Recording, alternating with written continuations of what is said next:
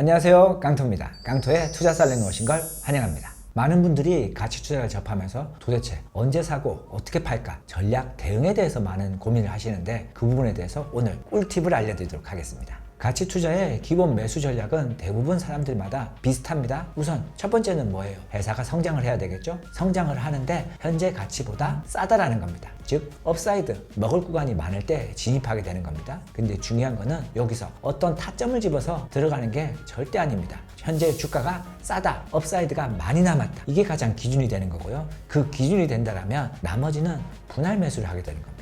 그러면 분할 매수를 언제부터 어디까지 해야 돼? 이런 생각을 가질 수가 있는데 그게 아니라 보통 실적을 예상하고 매수를 하는 거잖아요. 그러면 다음 분기 실적 나올 때까지 혹은 다음 분기 뭐가 될 때까지 어떤 트리거가 있을 때까지 나머지를 분할 매수하셔서 채워나간다고 생각하시면 되는 겁니다.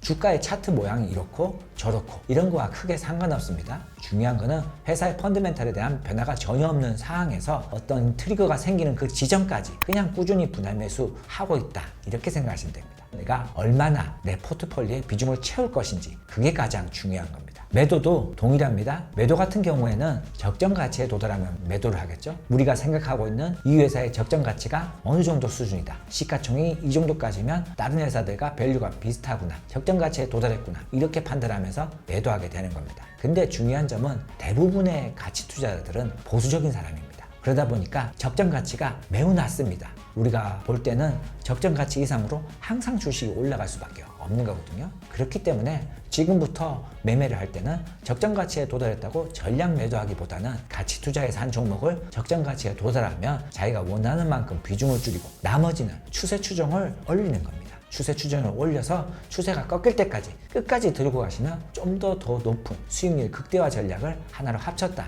이렇게 생각하시면 될 것 같습니다. 주가가 적정 가치에 도달하지 않았는데도 불구하고 중간에 매도하는 경우 크로스 매매를 하는 경우가 있습니다. A라는 종목과 B라는 종목이 있는데 A라는 종목보다 B 종목이 기간 대비 기대 수익률이 매우 높은 겁니다. 그럴 경우에는 굳이 A 종목을 보유할 필요가 없겠죠. A 종목을 비중을 줄이고 B 종목을 비중을 늘리는 겁니다. 그렇게 적정 가치에 도달하지 않았음에도 불구하고 비중을 조절하는 케이스가 생각보다 많이 생깁니다. 이런 것을 가리켜 포트폴리오 리밸런싱이라고 합니다. 리밸런싱의 주기는 딱 정해진 게 아닙니다. 내가 어떻게 스터디를 하고 있고 어떻게 산업이 흘러가고 있고 기업의 주가가 어떻게 되고 있는지에 따라서 그때그때마다 조금씩 다르다 이렇게 생각하시면 됩니다. 그러면 적정 가치에 도달했을 때 과연 어느 정도 매도를 하고 어느 정도 추세를 추종을 해야 되는지 그거에 대한 고민을 하실 텐데요. 그거는 사람마다 케이스 바이 케이스로 조금 다릅니다. 여기서 팁을 드리자면 저는 보통 성장 그로스에 대한 고민을 많이 합니다. 중요한 거는 회사의 성장 기울기라 보시면 되는데 이 기울기가 급격하게 올라가고 이 성장 크로스가 매우 높을 때는 저는 추세 추종으로 비중을 더 많이 주는 편입니다.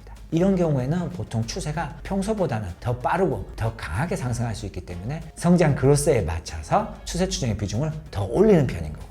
성장 크로스가 낮을 경우에는 적정 가치 대비해서 추세가 일어날 확률이 상대적으로 빈약합니다. 그렇기 때문에 성장 크로스가 낮을 때는 적정 가치에서 비중을 많이 줄인다 이렇게 생각하시면 될 것 같습니다. 그렇게 비중을 줄였는데도 주가가 상승했다가 다시 하락하는 경우가 정말 많습니다. 당연히 아쉽죠. 내가 고점에서 매도하지 못하고 주가가 다시 하락하면 매우 아쉽습니다. 근데 중요한 거는 주가의 가격의 흐름이 어떻게 됐다 이게 아니라 회사의 펀더멘털적인 관점으로 변한 게 있느냐 이게 제일 중요한 겁니다. 주가가 고점 찍고 다시 내려와서 아쉽지만 펀더멘털적으로 문제가 되는 게 없고 회사는 꾸준히 성장하고 있다. 그러면 다시 주가는 전고점 이상으로 올라갈 가능성이 매우 높습니다. 그렇기 때문에 회사의 펀더멘탈, 회사의 성장 기울기 이 부분에 대해서 이상이 없는지 그렇게 체크하는 게 가장 중요한 겁니다. 그렇다고 주가가 고점 대비 많이 하락했다고 싸 보인다 이런 생각에 밑에서부터 분할 매수 평소보다 비중을 더 많이 올리는 그런 행위는 안 하는 게 가장 좋습니다. 이미 포트폴리오 비중을 다 채웠는데 거기서 주가가 고점 대비 싸졌다고 비중을 올리는 행위는 높은 확률로 상대적으로 결과가 좋지 않을 가능성이 매우 높습니다. 그렇기 때문에 정해진 규칙과 원칙 안에서 비중 조절하시는 걸 권해드리도록 하겠습니다. 회사는 변한 게 없는데 시장 급락에 의해서 주가가 빠지는 경우일 수도 많이 생깁니다. 시장이 빠진다는 건 전체적으로 회사의 펀더멘탈이 영향을 줄 수도 있다 이렇게 생각하셔야 되는 겁니다.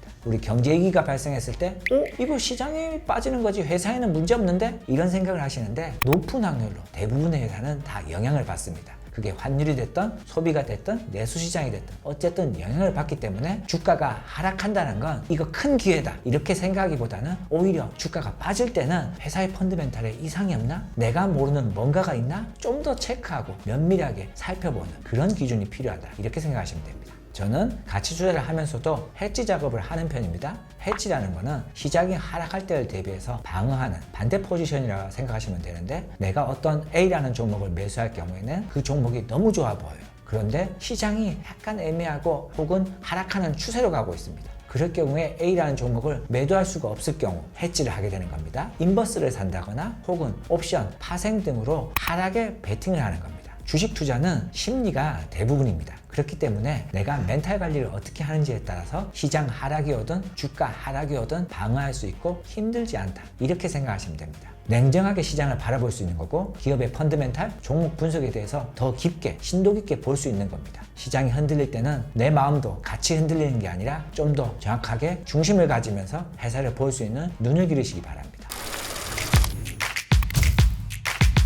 오늘은 가치 투자에 대해서 좀 알아봤는데요. 투자에는 사실 정답이 없습니다. 케이스 바이 케이스 항상 달라질 수밖에 없는데, 다양한 케이스, 다양한 방법론을 많이 할수록 적응하고 대응하는 게 쉽다 이렇게 생각하시면 될 것 같습니다. 그렇기 때문에 궁금한 점이나 어떤 케이스 부분이 있는지에 대해서 댓글을 남겨주시면 제가 시간 날 때마다 최대한 댓글을 달아보도록 노력하겠습니다. 항상 손실은 짧게 수익은 길게 갈 수 있도록 깡토가 응원하도록 하겠습니다. 감사합니다.